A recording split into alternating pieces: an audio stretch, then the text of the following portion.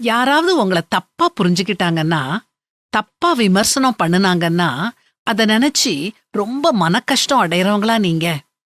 அப்போ இந்த கதைய ஞாபகம் வச்சுக்கோங்க. ஒரு ஊர்ல ஒரு பெண்மணி இருந்தாங்களாம். அவங்களுக்கு ரொம்ப மென்மையான மனசு. யாராவது ஏதாவது சொன்னா தாங்கிக்கவே முடியாது. இப்படி இருக்க ஒரு காலகட்டம் வந்தது. நெறைய பேரு அவங்கள தப்பா புரிஞ்சுக்கிட்டாங்க. நெறைய பேரு விமர்சனம் பண்ணுனாங்க. அந்த ஒவ்வொரு வார்த்தையையும் கேட்டு இந்த பெண்மணியும் தூக்கம் இல்லாம தவிச்சாங்க.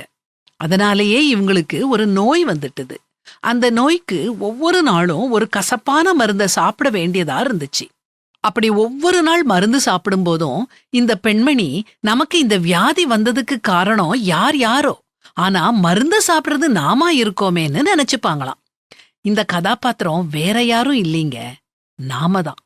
நம்மை விமர்சனம் பண்றவங்களும் கடுமையா பேசுறவங்களும் எந்த சலனமும் இல்லாம அவங்க வேலைய பார்த்துக்கிட்டு போயிடுறாங்க. ஆனா நாம அதையே நினைச்சு கவலைப்படுறோம். தூக்கம் இல்லாம வியாதிய இழுத்துக்கிடுறோம். அதனால ஒவ்வொரு நாளும் கசப்பான மருந்த சாப்பிடுறோம். இது சரியா?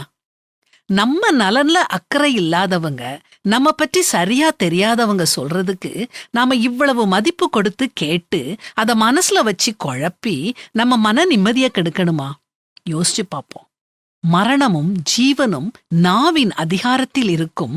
அதில் பிரியப்படுகிறவர்கள் அதின் கனியை புசிப்பார்கள் அப்படிங்கிற வேத வசனத்தை நினைச்சுக்கோங்க. மற்றவங்க நம்மள பற்றி தவறா பேசுனாங்கன்னா அதன் பலனை அவங்க அடைவாங்க. அதுக்காக நாம கவலைப்பட்டு நம்ம ஆரோக்கியத்தை கெடுக்காம வாழுவோம்.